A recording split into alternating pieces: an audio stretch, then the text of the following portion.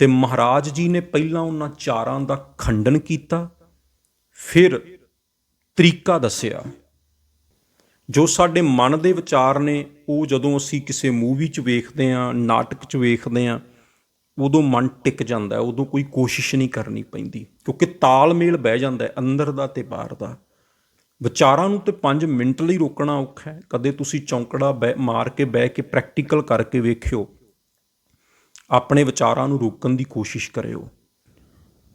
ਚੁੱਪ ਧਾਰਨ ਕਰ ਲੈਣੀ, ਮੌਨ ਧਾਰਨ ਕਰ ਲੈਣਾ, ਵੀ ਜ਼ੁਬਾਨ ਤੋਂ ਬਹੁਤਾ ਨਹੀਂ ਬੋਲਣਾ। ਜੇ ਜ਼ੁਬਾਨ ਤੋਂ ਬਹੁਤਾ ਬੋਲਾਂਗੇ ਤੇ ਮਨ ਖਿੰਡ ਜਾਂਦਾ ਹੈ। ਲੱਖਾਂ ਸਿਆਣਪਾਂ ਵੀ ਇਕੱਠੀਆਂ ਕਰ ਲਏ ਬੰਦਾ, ਬਹੁਤ ਗਿਆਨ ਇਕੱਠਾ ਕਰ ਲਏ, ਬੜੇ ਗ੍ਰੰਥ ਪੜ੍ਹ ਲਏ। ਵਾਮ ਮਾਰਗ ਦਾ ਇਸ ਤਰ੍ਹਾਂ ਦਾ ਪ੍ਰਚਾਰ ਦੁਨੀਆ ਦੇ ਵਿੱਚ ਬਹੁਤ ਜ਼ਿਆਦਾ ਹੋਇਆ ਵੀ ਜੇ ਮਨ ਨੂੰ ਰਜਾਉਣਾ ਹੈ ਤੇ ਇਹਨੂੰ ਖੁੱਲ੍ਹਾ ਛੱਡ ਦਿਓ, ਇਹਨੂੰ ਭੱਜ ਲੈਣ ਦਿਓ, ਜੋ ਕਰਦਾ ਇਹਨੂੰ ਕਰ ਲੈਣ ਦਿਓ, ਇਹਨੂੰ ਰੋਕੋ ਨਾ, ਇਹਨੂੰ ਹਰ ਤਰ੍ਹਾਂ ਦਾ ਰਸ ਭੋਗ ਲੈਣ ਦਿਓ। ਜਪਜੀ ਸਾਹਿਬ ਦੀ ਪਹਿਲੀ ਪੌੜੀ ਦੇ ਵਿੱਚ ਗੁਰੂ ਨਾਨਕ ਦੇਵ ਸਾਹਿਬ ਜੀ ਬੜੀ ਵੱਡੀ ਬਖਸ਼ਿਸ਼ ਕਰਦੇ ਨੇ, ਬੜੇ ਗਹਿਰੇ ਬਚਨ ਜਿਹੜੇ ਨੇ ਉਹ ਬਖਸ਼ਦੇ ਹਨ।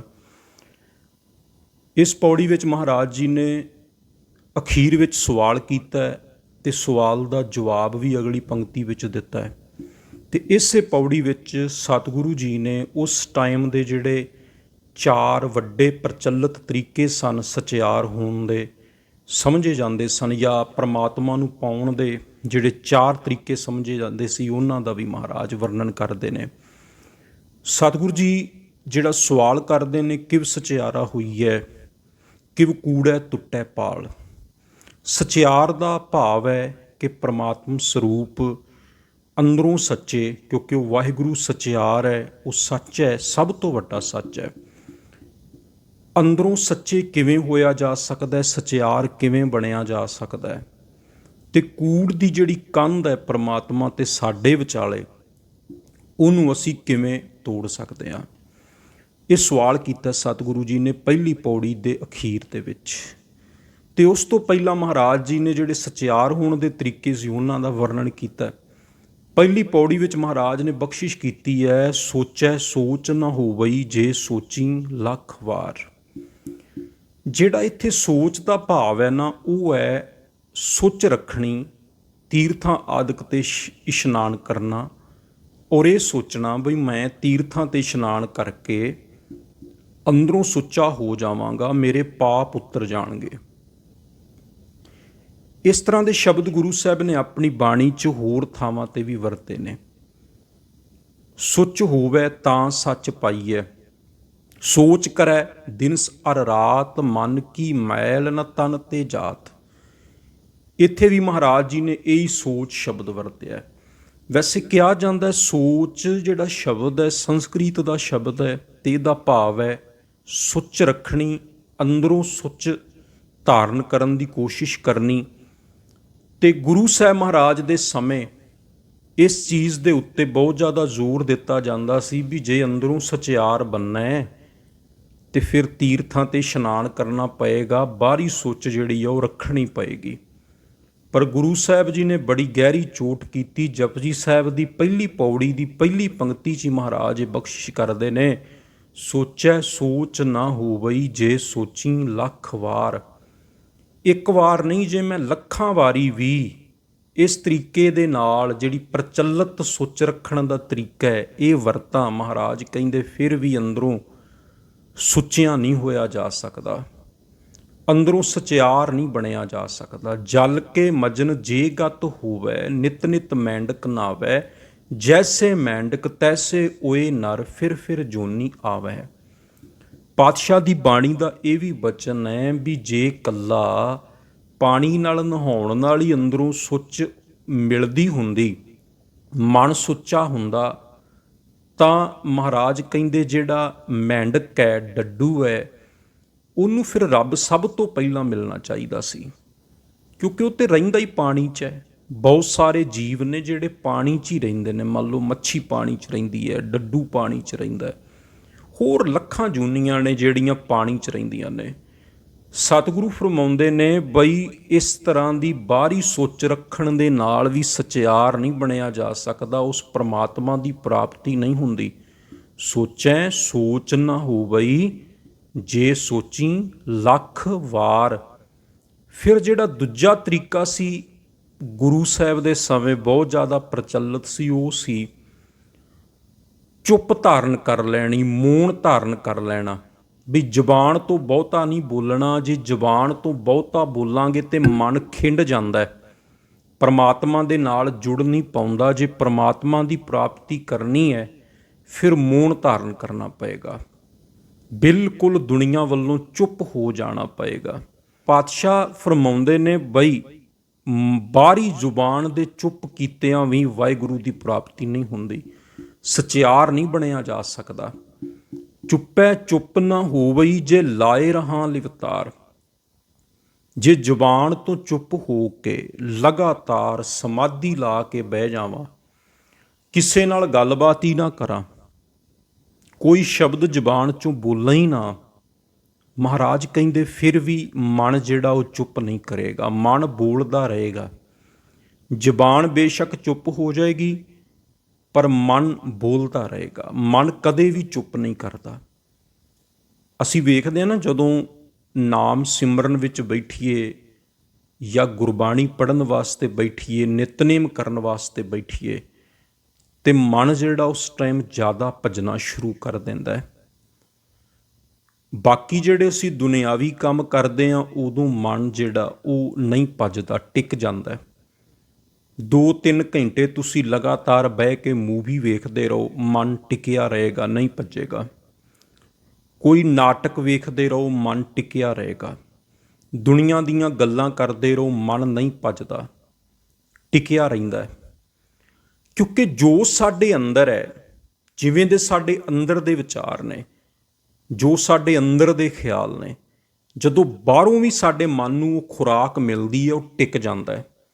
ਜੋ ਸਾਡੇ ਅੰਦਰ ਹੈ ਉਹ ਬਾਹਰ ਦੁਨਿਆਵੀ ਗੱਲਾਂ ਬਾਤਾਂ ਵਿੱਚ ਹੈ, ਕਿਸੇ ਦੀ ਨਿੰਦਿਆ ਹੋ ਰਹੀ ਹੈ, ਕਿਸੇ ਬਾਰੇ ਗੱਲਬਾਤ ਹੋ ਰਹੀ ਹੈ, ਧਨ ਦੌਲਤ ਦੀਆਂ ਗੱਲਾਂ ਹੋ ਰਹੀਆਂ ਨੇ, ਕਿਉਂਕਿ ਇਸ ਤਰ੍ਹਾਂ ਦੇ ਸਾਡੇ ਆਪਣੇ ਅੰਦਰ ਦੇ ਵਿਚਾਰ ਨੇ। ਜਦੋਂ ਮਨ ਨੂੰ ਬਾਹਰੋਂ ਵੀ ਖੁਰਾਕ ਮਿਲਣੀ ਸ਼ੁਰੂ ਹੁੰਦੀ ਹੈ, ਉਹ ਇੱਕਦਮ ਸ਼ਾਂਤ ਹੋ ਜਾਂਦਾ ਹੈ। ਜੋ ਸਾਡੇ ਮਨ ਦੇ ਵਿਚਾਰ ਨੇ, ਉਹ ਜਦੋਂ ਅਸੀਂ ਕਿਸੇ ਮੂਵੀ 'ਚ ਵੇਖਦੇ ਹਾਂ, ਨਾਟਕ 'ਚ ਵੇਖਦੇ ਹਾਂ, ਉਦੋਂ ਮਨ ਟਿਕ ਜਾਂਦਾ, ਉਦੋਂ ਕੋਈ ਕੋਸ਼ਿਸ਼ ਨਹੀਂ ਕਰਨੀ ਪੈਂਦੀ, ਕਿਉਂਕਿ ਤਾਲਮੇਲ ਬਹਿ ਜਾਂਦਾ ਅੰਦਰ ਦਾ ਤੇ ਬਾਹਰ ਦਾ।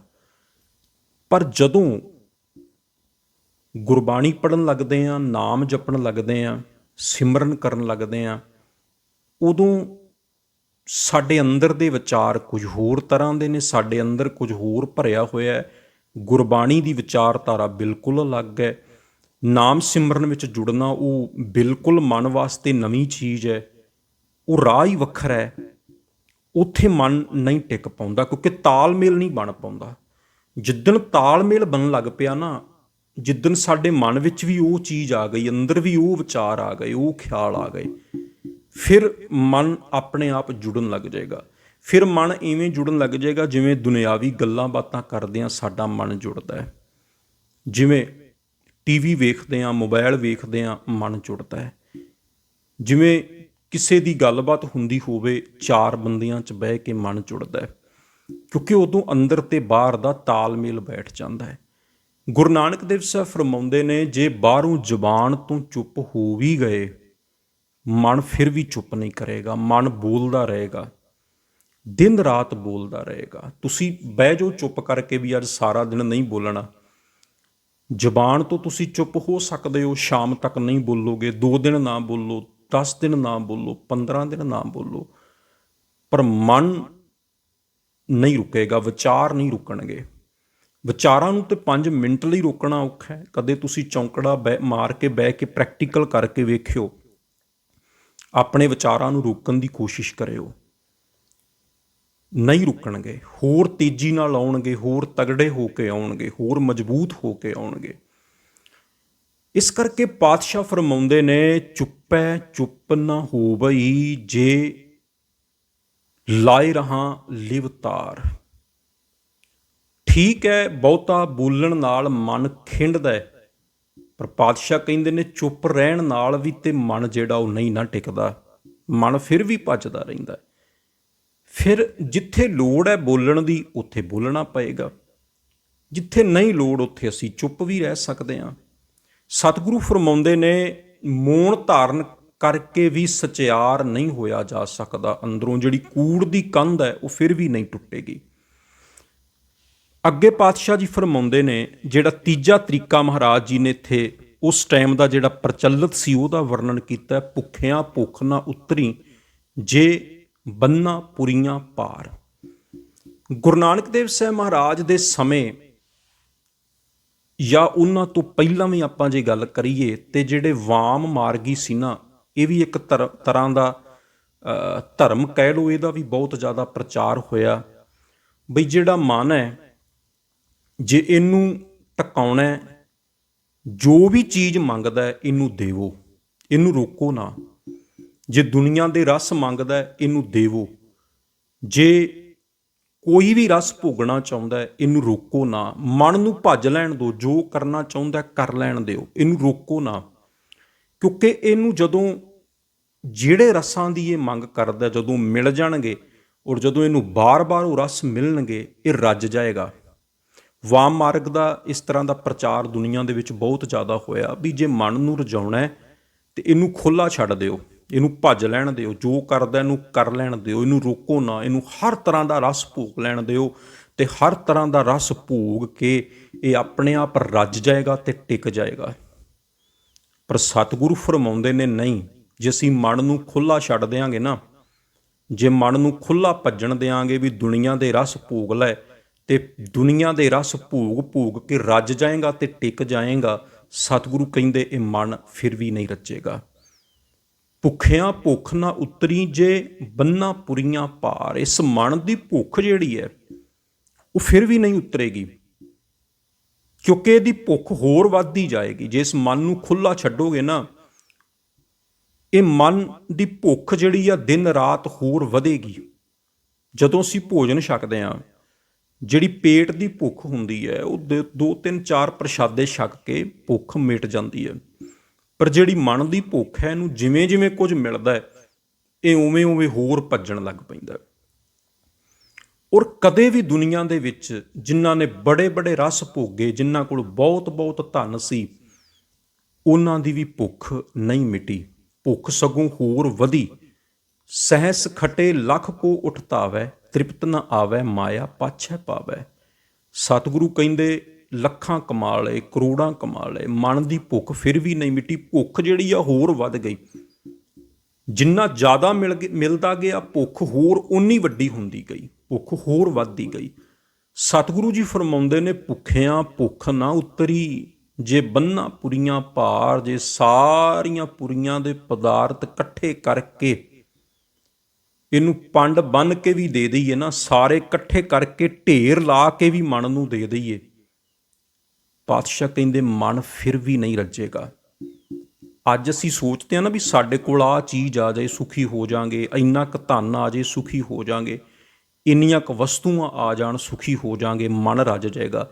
ਸਤਿਗੁਰੂ ਜੀ ਜਪਜੀ ਸਾਹਿਬ ਦੀ ਪਹਿਲੀ ਪੌੜੀ 'ਚ ਜਵਾਬ ਦਿੰਦੇ ਨੇ। ਸਤਿਗੁਰੂ ਕਹਿੰਦੇ ਥੋੜ੍ਹੀਆਂ ਬਹੁਤੀਆਂ ਚੀਜ਼ਾਂ ਦੀ ਤੇ ਤੁਸੀਂ ਗੱਲ ਹੀ ਛੱਡ ਦਿਓ, ਥੋੜ੍ਹੇ ਬਹੁਤੇ ਪਦਾਰਥਾਂ ਦੀ ਤੇ ਗੱਲ ਹੀ ਛੱਡੋ, ਥੋੜ੍ਹੇ ਬਹੁਤੇ ਪੈਸੇ ਦੀ ਤੇ ਗੱਲ ਹੀ ਛੱਡੋ। ਜੇ ਸਾਰੀਆਂ ਪੁਰੀਆਂ ਦੇ ਪਦਾਰਥ ਵੀ ਇਸ ਮਨ ਨੂੰ ਮਿਲ ਜਾਣ ਨਾ, ਇੱਕ ਮਨ ਨੂੰ ਮਿਲ ਜਾਣ, ਇੱਕ ਬੰਦੇ ਨੂੰ ਮਿਲ ਜਾਣ, ਪਾਤਸ਼ਾਹ ਕਹਿੰਦੇ ਫਿਰ ਵੀ ਇਹਦੀ ਜਿਹੜੀ ਭੁੱਖ ਹੈ ਉਹ ਨਹੀਂ ਮਿਟੇਗੀ, ਭੁੱਖ ਹੋਰ ਵੱਧਦੀ ਜਾਏਗੀ। ਇਹ ਤਾਂ ਇਵੇਂ ਹੋ ਗਿਆ ਵੀ ਜਿਵੇਂ ਅਸੀਂ ਅੱਗ ਬਾਲ ਕੇ ਤੇ ਉਹਦੇ ਵਿੱਚ ਉਹਨੂੰ ਘਿਓ ਪਾ ਕੇ ਉਹਦੇ ਉੱਤੇ ਉਹਨੂੰ ਬੁਝਾਉਣ ਦੀ ਕੋਸ਼ਿਸ਼ ਕਰੀਏ। ਅੱਗ ਪਾਣੀ ਨਾਲ ਬੁਝੇਗੀ, ਘਿਓ ਨਾਲ ਜਾਂ ਤੇਲ ਨਾਲ ਉਹਨੂੰ ਨਹੀਂ ਬੁਝਾਇਆ ਜਾ ਸਕਦਾ, ਹੋਰ ਮੱਚਣ ਲੱਗ ਪਏਗੀ। ਪਦਾਰਥਾਂ ਨਾਲ ਮਨ ਦੀ ਭੁੱਖ ਨਹੀਂ ਬੁੱਝ ਸਕਦੀ, ਉਹ ਹੋਰ ਜਿਹੜੀ ਆ ਵੱਧਦੀ ਜਾਏਗੀ। ਜੇ ਮਨ ਦੀ ਭੁੱਖ ਬੁਝਾਉਣੀ ਹੈ ਤੇ ਫਿਰ ਨਾਮ ਦਾ ਛੱਟਾ ਦੇਣਾ ਪੈਣਾ, ਫਿਰ ਪਰਮਾਤਮਾ ਦੇ ਨਾਮ ਦਾ ਛੱਟਾ ਦੇ ਕੇ ਇਸ ਮਨ ਦੀ ਭੁੱਖ ਨੂੰ ਬੁਝਾਉਣਾ ਪੈਣਾ। ਬਿਨਾ ਸੰਤੋਖ ਨਹੀਂ ਕੋ ਰਾਜੈ, ਸੁਪਨ ਮਨੋਰਥ ਬਿਰਥੇ ਸਭ ਕਾਜੈ। ਪਾਤਸ਼ਾਹ ਕਹਿੰਦੇ ਸੰਤੋਖ ਤੋਂ ਬਿਨਾ ਕੋਈ ਨਹੀਂ ਰੱਜ ਸਕਦਾ। ਸੋ ਇਸ ਕਰਕੇ ਇਸ ਤਰ੍ਹਾਂ ਦੇ ਜਿਹੜੇ ਵਿਚਾਰ ਬਹੁਤ ਜ਼ਿਆਦਾ ਪ੍ਰਚਲਿਤ ਹੋਏ ਸਾਡੇ ਦੇਸ਼ ਦੇ ਵਿੱਚ ਵੀ ਮਨ ਨੂੰ ਭੱਜ ਲੈਣ ਦਿਓ, ਖੁੱਲ੍ਹਾ ਛੱਡ ਦਿਓ, ਹਰ ਤਰ੍ਹਾਂ ਦਾ ਰਸ ਭੋਗ ਲੈਣ ਦਿਓ, ਜਦੋਂ ਰੱਜ ਜਾਏਗਾ ਆਪ ਵੀ ਟਿਕ ਜਾਏਗਾ। ਸਤਿਗੁਰੂ ਉਹਦਾ ਵੀ ਖੰਡਨ ਕਰਦੇ ਨੇ ਕਹਿੰਦੇ ਨੇ ਮਨ ਫਿਰ ਵੀ ਨਹੀਂ ਰੁਕੇਗਾ, ਮਨ ਭੱਜਦਾ ਰਹੇਗਾ, ਫਿਰ ਵੀ ਅੰਦਰੋਂ ਅਸੀਂ ਸਚਿਆਰ ਨਹੀਂ ਹੋ ਪਾਵਾਂਗੇ। ਕੂੜ ਦੀ ਜਿਹੜੀ ਕੰਧ ਹੈ ਉਹ ਫਿਰ ਵੀ ਨਹੀਂ ਟੁੱਟੇਗੀ। ਹੁਣ ਮਹਾਰਾਜ ਜੀ ਚੌਥਾ ਜਿਹੜਾ ਤਰੀਕਾ ਸਮਝਿਆ ਜਾਂਦਾ ਸੀ ਅੰਦਰੋਂ ਸਚਿਆਰ ਹੋਣ ਦਾ, ਉਹਦਾ ਵਰਣਨ ਕਰਦੇ ਨੇ। ਸਹਿਸ ਸਿਆਣਪਾਂ ਲੱਖ ਹੋਹੇ ਤਾਂ ਇੱਕ ਨਾ ਚੱਲੇ ਨਾਲ। ਚੌਥਾ ਜਿਹੜਾ ਤਰੀਕਾ ਸੀ ਉਹ ਇਹ ਸੀ, ਸਾਡੇ ਦੇਸ਼ ਵਿੱਚ ਸਮਝਿਆ ਜਾਂਦਾ ਸੀ ਬਈ ਬਹੁਤ ਸਾਰੇ ਗ੍ਰੰਥ ਪੜ੍ਹ ਲੈਣੇ, ਬਹੁਤ ਸਾਰਾ ਗਿਆਨ ਇਕੱਠਾ ਕਰ ਲੈਣਾ। ਜਦੋਂ ਬਹੁਤ ਸਾਰਾ ਗਿਆਨ ਇਕੱਠਾ ਹੋ ਜਾਏਗਾ, ਬਹੁਤ ਸਾਰੇ ਗ੍ਰੰਥ ਇਕੱਠੇ ਕਰ ਲਾਂਗੇ, ਬਹੁਤ ਸਾਰੀ ਵਿੱਦਿਆ ਦੀ ਪ੍ਰਾਪਤੀ ਹੋ ਜਾਏਗੀ, ਬੰਦਾ ਬਹੁਤ ਜ਼ਿਆਦਾ ਸਿਆਣਾ ਹੋ ਜਾਏਗਾ, ਸਿਆਣਪਾਂ ਨਾਲ ਭਰ ਜਾਏਗਾ, ਫਿਰ ਅੰਦਰੋਂ ਕੂੜ ਦੀ ਜਿਹੜੀ ਕੰਧ ਹੈ ਧਾਰਮਿਕ ਗ੍ਰੰਥਾਂ ਦੀ ਵਿੱਦਿਆ ਦੇ ਨਾਲ ਜਿਹੜੀ ਆ ਉਹ ਟੁੱਟ ਜਾਏਗੀ। ਇਹ ਚੀਜ਼ ਵੀ ਸਾਡੇ ਦੇਸ਼ ਵਿੱਚ ਬਹੁਤ ਜ਼ਿਆਦਾ ਪ੍ਰਚਲਿਤ ਰਹੀ ਵੀ ਧਾਰਮਿਕ ਗ੍ਰੰਥਾਂ ਨੂੰ ਯਾਦ ਕਰ ਲੈਣਾ, ਬਹੁਤ ਸਾਰਾ ਗਿਆਨ ਇਕੱਠਾ ਕਰ ਲੈਣਾ। ਇਹ ਵੀ ਪ੍ਰਮਾਤਮਾ ਦੀ ਪ੍ਰਾਪਤੀ ਦੇ ਲਈ ਤਰੀਕਾ ਜਿਹੜਾ ਉਹ ਵਰਤਿਆ ਜਾਂਦਾ ਰਿਹਾ ਜਾਂ ਸਮਝਿਆ ਜਾਂਦਾ ਰਿਹਾ ਵੀ ਇਹ ਵੀ ਇੱਕ ਤਰੀਕਾ ਹੋ ਸਕਦਾ ਹੈ। ਸਤਿਗੁਰੂ ਇਹਦਾ ਵੀ ਖੰਡਨ ਕਰਦੇ ਨੇ, ਕਿਉਂਕਿ ਅਸੀਂ ਗੁਰੂ ਗ੍ਰੰਥ ਸਾਹਿਬ ਮਹਾਰਾਜ ਜੀ ਦੀ ਬਾਣੀ 'ਚ ਵੀ ਪੜ੍ਹਦੇ ਹਾਂ, ਪੜ੍ਹ ਪੜ੍ਹ ਗੱਡੀ ਲੱਦੀ ਹੈ, ਪੜ੍ਹ ਪੜ੍ਹ ਭਰੀ ਹੈ ਸਾਥ, ਪੜ੍ਹ ਪੜ੍ਹ ਬੇੜੀ ਪਾਈ ਹੈ, ਪੜ੍ਹ ਪੜ੍ਹ ਗੱਡੀ ਹੈ ਖਾਤ, ਪੜ੍ਹੀਏ ਜੇਤੇ ਬਰਸ ਬਰਸ, ਪੜ੍ਹੀਏ ਜੇਤੇ ਮਾਸ। ਫਿਰ ਸਤਿਗੁਰੂ ਕਹਿਣ ਲੱਗੇ ਨਾਨਕ ਲਿਖੈ ਇੱਕ ਗੱਲ, ਹੋਰ ਹਉਮੈ ਚਖਣਾ ਝਾਕ। ਮਹਾਰਾਜ ਕਹਿੰਦੇ ਜੇ ਪੜ੍ਹ ਪੜ੍ਹ ਕੇ ਬਹੁਤ ਗਿਆਨ ਇਕੱਠਾ ਕਰ ਲਿਆ ਪਰ ਆਪਣੇ ਜੀਵਨ ਵਿੱਚ ਵਰਤਿਆ ਨਹੀਂ, ਸਤਿਗੁਰੂ ਕਹਿੰਦੇ ਉਹ ਵੀ ਬਸ ਹਉਮੈ ਵਧਾਉਣ ਵਾਲੀ ਹੋਈ ਗੱਲ ਹੈ। ਫਿਰ ਕਿਆ ਪੜ੍ਹੀਏ ਕਿਆ ਗੁਣੀਐ, ਕਿਆ ਵੇਦ ਪੁਰਾਨਾ ਸੁਣੀਐ, ਪੜ੍ਹੇ ਸੁਣੇ ਕਿਆ ਹੋਈ, ਜੋ ਸਹਿਜ ਨ ਮਿਲਿਓ ਸੋਈ। ਹਰ ਕਾ ਨਾਮ ਨ ਜਪਸ ਗਵਾਰਾ, ਕਿਆ ਸੋਚੈ ਬਾਰੰਗ ਬਾਰਾ। ਗੁਰੂ ਸਾਹਿਬ ਫਰਮਾਉਂਦੇ ਨੇ ਭਈ ਜਿਹੜਾ ਗਿਆਨ ਇਕੱਠਾ ਕਰਨਾ ਉਹ ਇੰਝ ਹੈ ਵੀ ਜਿਵੇਂ ਹਨੇਰੇ ਵਿੱਚ ਆਪਣੇ ਰਸਤੇ 'ਤੇ ਚੱਲਣ ਲਈ ਇੱਕ ਦੀਵਾ ਬਾਲਣਾ, ਜਾਂ ਆਪਣੇ ਘਰ ਵਿੱਚ ਰਾਤ ਨੂੰ ਪ੍ਰਕਾਸ਼ ਲਈ ਦੀਵਾ ਬਾਲਣਾ। ਪਰ ਜੇ ਉਸ ਦੀਵੇ ਨਾਲ ਘਰ ਨੂੰ ਹੀ ਅੱਗ ਲੱਗ ਗਈ ਤੇ ਫਿਰ ਉਸ ਦੀਵੇ ਨੇ ਤੇ ਘਰ ਦਾ ਹੀ ਨੁਕਸਾਨ ਕਰਤਾ। ਜਿਹੜਾ ਗਿਆਨ ਇਕੱਠਾ ਕਰਨਾ ਸੀ ਉਹ ਇੰਝ ਸੀ ਵੀ ਜਿਵੇਂ ਆਪਣੇ ਮਨ ਦੇ ਅੰਦਰ ਗਿਆਨ ਦਾ ਦੀਵਾ ਬਾਲਣਾ, ਪਰ ਜੇ ਹਉਮੈ ਪੈਦਾ ਹੋ ਗਈ, ਹੰਕਾਰ ਆ ਗਿਆ, ਜੇ ਉਹਨੂੰ ਚਲਾਕੀਆਂ ਲਈ ਵਰਤਣ ਲੱਗ ਪਿਆ, ਜੇ ਉਹਨੂੰ ਵਿਖਾਵੇ ਲਈ ਵਰਤਣ ਲੱਗ ਪਿਆ, ਸਤਿਗੁਰੂ ਕਹਿੰਦੇ ਉਹ ਤੇ ਉਹ ਗੱਲ ਹੋ ਗਈ ਵੀ ਜਿਵੇਂ ਦੀਵੇ ਨਾਲ ਘਰ ਨੂੰ ਹੀ ਅੱਗ ਲਾ ਲਈ ਹੋਵੇ। ਜਾਂ ਫਿਰ ਜਿਵੇਂ ਕੋਈ ਬੰਦਾ ਮੰਨ ਲਓ ਕਿਤੋਂ ਦੀਵਾ ਲੈ ਆਏ, ਤੇਲ ਲੈ ਆਏ, ਬੱਤੀ ਬਣਾ ਲਏ, ਫਿਰ ਦੀਵਾ ਜਗਾ ਵੀ ਲਏ ਹਨੇਰੇ ਵਿੱਚ, ਪਰ ਜਦੋਂ ਦੀਵਾ ਜਗੇ ਫਿਰ ਅੱਖਾਂ ਬੰਦ ਕਰ ਲਏ। ਜੇ ਉਹਨੇ ਅੱਖਾਂ ਬੰਦ ਕਰ ਲਈਆਂ ਫਿਰ ਵੀ ਹਨੇਰੇ 'ਚ ਹੀ ਹੈ। ਉਹ ਉਸੇ ਤਰ੍ਹਾਂ ਦੇ ਹਨੇਰੇ 'ਚ ਹੈ ਜਦੋਂ ਦੀਵਾ ਨਹੀਂ ਸੀ ਜਗਿਆ, ਉਹ ਹਨੇਰਾ ਹਾਲੇ ਵੀ ਫਿਰ ਕਾਇਮ ਹੀ ਹੈ। ਜੇ ਗਿਆਨ ਇਕੱਠਾ ਕਰ ਵੀ ਲਿਆ ਪਰ ਗਿਆਨ ਵਰਤਿਆ ਨਹੀਂ, ਫਿਰ ਜਿਹੜਾ ਉਹ ਗਿਆਨ ਵੀ ਕਿਸੇ ਕੰਮ ਦਾ ਨਹੀਂ, ਫਿਰ ਗਿਆਨ ਹੁੰਦਿਆਂ ਵੀ ਹਨੇਰੇ ਵਿੱਚ ਆ, ਫਿਰ ਉਹ ਸਿਆਣਪਾਂ ਕਿਸੇ ਵੀ ਕੰਮ ਨਹੀਂ। ਸਤਿਗੁਰੂ ਕਹਿੰਦੇ ਨੇ ਕਿ ਇਹ ਜਿਹੜਾ ਗਿਆਨ ਹੈ, ਦੁਨਿਆਵੀ ਵਿੱਦਿਆ ਜਿਹੜੀ ਹੈ, ਸਹਿਸ ਸਿਆਣਪਾਂ ਲੱਖ ਹੋਹੇ ਤਾਂ ਇੱਕ ਨਾ ਚੱਲੇ ਨਾਲ। ਜੇ ਲੱਖਾਂ ਸਿਆਣਪਾਂ ਵੀ ਇਕੱਠੀਆਂ ਕਰ ਲੈ ਬੰਦਾ, ਬਹੁਤ ਗਿਆਨ ਇਕੱਠਾ ਕਰ ਲੈ, ਬੜੇ ਗ੍ਰੰਥ ਪੜ੍ਹ ਲਏ, ਮਹਾਰਾਜ ਕਹਿੰਦੇ ਇੱਕ ਵੀ ਇਹਨਾਂ ਦੇ ਵਿੱਚੋਂ ਜਿਹੜਾ ਅੰਦਰ ਦਾ ਰਸਤਾ ਸਚਿਆਰ ਹੋਣ ਦਾ ਉਹਦੇ ਵਿੱਚ ਕੰਮ ਨਹੀਂ ਆਉਂਦੀ, ਇੱਕ ਸਿਆਣਪ ਵੀ। ਫਿਰ ਅੱਗੇ ਕਹਿੰਦੇ ਨੇ ਜਦੋਂ ਚਾਰ ਤਰੀਕਿਆਂ ਦਾ ਉਹਨਾਂ ਜ਼ਿਕਰ ਕਰ ਲਿਆ ਬਈ ਸੋਚ ਰੱਖਣ ਨਾਲ ਵੀ ਗੱਲ ਨਹੀਂ ਬਣਦੀ, ਚੁੱਪ ਰਹਿਣ ਨਾਲ ਵੀ ਗੱਲ ਨਹੀਂ ਬਣਦੀ, ਜੇ ਮਨ ਨੂੰ ਖੁੱਲ੍ਹਾ ਵੀ ਛੱਡ ਦਈਏ, ਸਾਰੇ ਦੁਨੀਆ ਦੇ ਰਸ ਭੋਗ ਲਏ ਫਿਰ ਰੁਕ ਜਾਏਗਾ, ਸਾਰੇ ਦੁਨੀਆ ਦੇ ਪਦਾਰਥ ਦੇ ਦਈਏ ਫਿਰ ਵੀ ਸਚਿਆਰ ਨਹੀਂ ਹੋਇਆ ਜਾ ਸਕਦਾ, ਬਹੁਤ ਸਾਰਾ ਗਿਆਨ ਇਕੱਠਾ ਕਰ ਲਈਏ, ਵਿੱਦਿਆ ਪੜ੍ਹ ਲਈਏ, ਫਿਰ ਵੀ ਸਚਿਆਰ ਨਹੀਂ ਬਣਿਆ ਜਾ ਸਕਦਾ। ਚਾਰ ਤਰੀਕਿਆਂ ਦਾ ਜਦੋਂ ਮਹਾਰਾਜ ਨੇ ਵਰਣਨ ਕੀਤਾ ਤੇ ਉਹਨਾਂ ਨੇ ਪਹਿਲਾਂ ਖੰਡਨ ਕਰਤਾ ਵੀ ਜਿਹੜੇ ਉਸ ਟਾਈਮ ਦੇ ਤਰੀਕੇ ਸੀ, ਜਿਹੜੇ ਸਮਝੇ ਜਾਂਦੇ ਸੀ ਵੀ ਇਹਨਾਂ ਨਾਲ ਸਚਿਆਰ ਨਹੀਂ ਹੋਇਆ ਜਾ ਸਕਦਾ। ਫਿਰ ਸਵਾਲ ਕਰਦੇ ਨੇ ਕਿਵ ਸਚਿਆਰਾ ਹੋਈਏ, ਫਿਰ ਸਚਿਆਰ ਕਿਵੇਂ ਹੋਵਾਂਗੇ ਜੇ ਸੋਚ ਰੱਖਣ ਨਾਲ ਵੀ ਸਚਿਆਰ ਨਹੀਂ ਹੋ ਸਕਦੇ, ਜੇ ਮੂਣ ਰੱਖਣ ਨਾਲ ਵੀ ਸਚਿਆਰ ਨਹੀਂ ਹੋ ਸਕਦੇ, ਜੇ ਦੁਨੀਆ ਦੇ ਸਾਰੇ ਪਦਾਰਥ ਇਕੱਠੇ ਕਰਕੇ ਵੀ ਸਚਿਆਰ ਨਹੀਂ ਹੋ ਸਕਦੇ, ਜੇ ਦੁਨੀਆ ਦੀ ਸਾਰੀ ਵਿੱਦਿਆ ਪੜ੍ਹ ਕੇ ਵੀ ਸਚਿਆਰ ਨਹੀਂ ਹੋ ਸਕਦੇ, ਫਿਰ ਕਿਵੇਂ ਹੋਵਾਂਗੇ। ਕਿਵ ਸਚਿਆਰਾ ਹੋਈ ਹੈ ਕਿਵ ਕੂੜੈ ਟੁੱਟੈ ਪਾਲ। ਫਿਰ ਕੂੜ ਦੀ ਕੰਧ ਕਿਵੇਂ ਟੁੱਟੇਗੀ? ਤੇ ਮਹਾਰਾਜ ਜੀ ਨੇ ਪਹਿਲਾਂ ਉਹਨਾਂ ਚਾਰਾਂ ਦਾ ਖੰਡਨ ਕੀਤਾ, ਫਿਰ ਤਰੀਕਾ ਦੱਸਿਆ। ਪਹਿਲਾਂ ਖੰਡਨ ਕਰਦੇ ਨੇ ਵੀ ਇਹ ਵੀ ਚੀਜ਼ ਕੰਮ ਨਹੀਂ ਕਰੇਗੀ, ਇਹ ਵੀ ਚੀਜ਼ ਕੰਮ ਨਹੀਂ ਕਰੇਗੀ, ਇਹ ਵੀ ਚੀਜ਼ ਕੰਮ ਨਹੀਂ ਕਰੇਗੀ। ਫਿਰ ਕਿਹੜੀ ਚੀਜ਼ ਕੰਮ ਕਰੇਗੀ? ਸਵਾਲ ਕੀਤਾ। ਫਿਰ ਜਵਾਬ ਦਿੱਤਾ ਵੀ ਕਿਹੜੇ ਤਰੀਕੇ ਦੇ ਨਾਲ ਗੱਲ ਬਣੇਗੀ। ਫਿਰ ਹੱਲ ਦੱਸਿਆ ਮਹਾਰਾਜ ਜੀ ਨੇ, ਫਿਰ ਰਾਹ ਦੱਸਿਆ, ਤੇ ਰਾਹ ਬੜਾ ਸੌਖਾ ਦੱਸ ਦਿੱਤਾ। ਹੁਕਮ ਰਜ਼ਾਈ ਚੱਲਣਾ ਨਾਨਕ ਲਿਖਿਆ ਨਾਲ। ਪਹਿਲੇ ਜਿਹੜੇ ਰਾਹ ਸੀ, ਸੁੱਚ ਰੱਖਣਾ, ਮੌਨ ਧਾਰਨ ਕਰਨਾ, ਦੁਨੀਆ ਦੇ ਪਦਾਰਥ ਇਕੱਠੇ ਕਰਨੇ, ਔਰ ਬਹੁਤ ਸਾਰੀ ਵਿੱਦਿਆ ਗਿਆਨ ਇਕੱਠਾ ਕਰ ਲੈਣਾ, ਉਹਨਾਂ ਦਾ ਖੰਡਨ ਕੀਤਾ। ਤੇ ਜਿਹੜਾ ਗੁਰੂ ਨਾਨਕ ਦੇਵ ਸਾਹਿਬ ਨੇ ਰਾਹ ਦੱਸਿਆ, ਮਹਾਰਾਜ ਕਹਿੰਦੇ ਉਹ ਬੜਾ ਸੌਖਾ ਰਾਹ ਹੈ। ਹੁਕਮ ਰਜ਼ਾਈ ਚੱਲਣਾ, ਜਿਹੜਾ ਰਜਾ ਵਾਲਾ ਵਾਹਿਗੁਰੂ ਹੈ, ਉਹਦੇ ਹੁਕਮ ਵਿੱਚ ਚੱਲਣਾ ਨਾਨਕ ਲਿਖਿਆ ਨਾਲ। ਹੇ ਨਾਨਕ, ਆਰੰਭ ਤੋਂ ਮੁੱਢ ਤੋਂ ਇਹੀ ਤਰੀਕਾ ਚੱਲਿਆ ਆ ਰਿਹਾ, ਇਸ ਤੋਂ ਬਿਨਾਂ ਕੋਈ ਤਰੀਕਾ ਹੋਰ ਹੋ ਹੀ ਨਹੀਂ ਸਕਦਾ ਸਚਿਆਰ ਹੋਣ ਦਾ, ਵਾਹਿਗੁਰੂ ਦੀ ਪ੍ਰਾਪਤੀ ਦਾ, ਅੰਦਰ ਦੀ ਕੂੜ ਦੀ ਕੰਧ ਨੂੰ ਤੋੜਨ ਦਾ। ਹੋਰ ਕੋਈ ਤਰੀਕਾ ਨਹੀਂ, ਨਾ ਸੋਚ ਰੱਖਣਾ, ਨਾ ਬਹੁਤੀ ਵਿੱਦਿਆ ਪੜ੍ਹ ਲੈਣੀ, ਨਾ ਮਨ ਨੂੰ ਖੁੱਲ੍ਹਾ ਛੱਡ ਦੇਣਾ, ਨਾ ਦੁਨੀਆ ਦੇ ਪਦਾਰਥ ਇਕੱਠੇ ਕਰ ਲੈਣੇ। ਕੁਛ ਵੀ ਤਰੀਕਾ ਕੰਮ ਨਹੀਂ ਕਰੇਗਾ। ਇੱਕੋ ਹੀ ਤਰੀਕਾ ਹੈ, ਵਾਹਿਗੁਰੂ ਦੇ ਹੁਕਮ 'ਚ ਰਹਿਣਾ। ਇਹੀ ਤਰੀਕਾ ਹੈ ਸਚਿਆਰ ਹੋਣ ਦਾ, ਇਹੀ ਤਰੀਕਾ ਹੈ ਸੱਚ ਨਾਲ ਜੁੜਨ ਦਾ, ਇਹੀ ਤਰੀਕਾ ਹੈ ਅੰਦਰੋਂ ਕੂੜ ਦੀ ਕੰਧ ਤੋੜਨ ਦਾ, ਇਹੀ ਤਰੀਕਾ ਹੈ ਪ੍ਰਮਾਤਮਾ ਦੀ ਪ੍ਰਾਪਤੀ ਦਾ। ਸੋ ਗੁਰੂ ਨਾਨਕ ਦੇਵ ਸਾਹਿਬ ਦੇ ਜਿਹੜਾ ਧਰਮ ਦਾ ਮੁੱਖ ਰਸਤਾ ਹੈ ਸਚਿਆਰ ਹੋਣ ਦਾ, ਵਾਹਿਗੁਰੂ ਦੀ ਪ੍ਰਾਪਤੀ ਦਾ, ਉਹ ਮਹਾਰਾਜ ਨੇ ਇੱਕੋ ਹੀ ਦੱਸਿਆ ਹੈ, ਭਾਣੇ ਵਿੱਚ ਰਹਿਣਾ, ਹੁਕਮ ਵਿੱਚ ਰਹਿਣਾ। ਜੋ ਵਾਹਿਗੁਰੂ ਕਰਦਾ ਹੈ ਚੰਗਾ ਕਰਦਾ ਹੈ, ਉਹਦੇ ਹੁਕਮ ਦੇ ਵਿੱਚ ਤੁਰਨਾ, ਉਹਦੇ ਹੁਕਮ ਨੂੰ ਮੰਨਣਾ, ਉਹਦੇ ਅੱਗੇ ਸਿਰ ਝੁਕਾਉਣਾ। ਔਰ ਜਦੋਂ ਉਹਦੇ ਹੁਕਮ 'ਚ ਰਹਿਣ ਲੱਗ ਪਵਾਂਗੇ ਵੀ ਜੋ ਵਾਹਿਗੁਰੂ ਕਰਦਾ ਹੈ ਉਹਦੀ ਮਰਜ਼ੀ ਨਾਲ ਹੀ ਸਾਰਾ ਕੁਝ ਹੁੰਦਾ ਹੈ, ਤੇ ਸਤਿਗੁਰੂ ਕਹਿੰਦੇ ਫਿਰ ਅਸੀਂ ਉਹਦੇ ਨੇੜੇ ਹੋ ਜਾਵਾਂਗੇ। ਜੇ ਸੁੱਚ ਵੀ ਰੱਖ ਲਈ, ਜੇ ਮੌਨ ਧਾਰਨ ਵੀ ਕਰ ਲਿਆ, ਜੇ ਗਿਆਨ ਇਕੱਠਾ ਵੀ ਕਰ ਲਿਆ, ਜੇ ਦੁਨੀਆ ਦੇ ਪਦਾਰਥ ਵੀ ਇਕੱਠੇ ਕਰ ਲਏ, ਪਰ ਸ਼ਿਕਵੇ ਕਰਦਾ ਰਿਹਾ, ਸ਼ਿਕਾਇਤਾਂ ਕਰਦਾ ਰਿਹਾ, ਉਹਦਾ ਹੁਕਮ ਨਾ ਮੰਨਿਆ, ਸਤਿਗੁਰੂ ਕਹਿੰਦੇ ਨੇ ਉਹ ਸਾਰੇ ਕੀਤੇ ਕਰਮ ਵਿਅਰਥ ਹੋ ਜਾਣਗੇ, ਉਹ ਕਿਸੇ ਕੰਮ ਨਹੀਂ।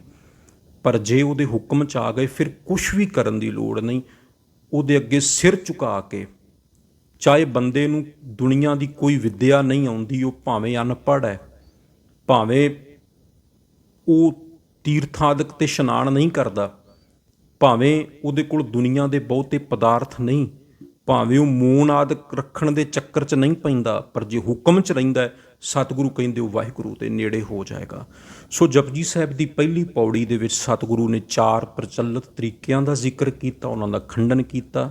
ਫਿਰ ਸਤਿਗੁਰੂ ਨੇ ਹੁਕਮ 'ਚ ਰਹਿਣ ਦਾ ਜਿਹੜਾ ਤਰੀਕਾ ਹੈ ਵਾਹਿਗੁਰੂ ਦੇ ਨੇੜੇ ਹੋਣ ਦਾ, ਸਚਿਆਰ ਹੋਣ ਦਾ, ਕੂੜ ਦੀ ਕੰਧ ਨੂੰ ਤੋੜਨ ਦਾ, ਉਹ ਦੱਸਿਆ। ਇੰਨੀਆਂ ਕੁ ਵਿਚਾਰਾਂ ਪ੍ਰਵਾਨ ਕਰਿਓ। ਜਪਜੀ ਸਾਹਿਬ ਦੀ ਪਹਿਲੀ ਪੌੜੀ ਦੀ ਵਿਆਖਿਆ ਤੁਸੀਂ ਸਰਵਣ ਕੀਤੀ ਹੈ।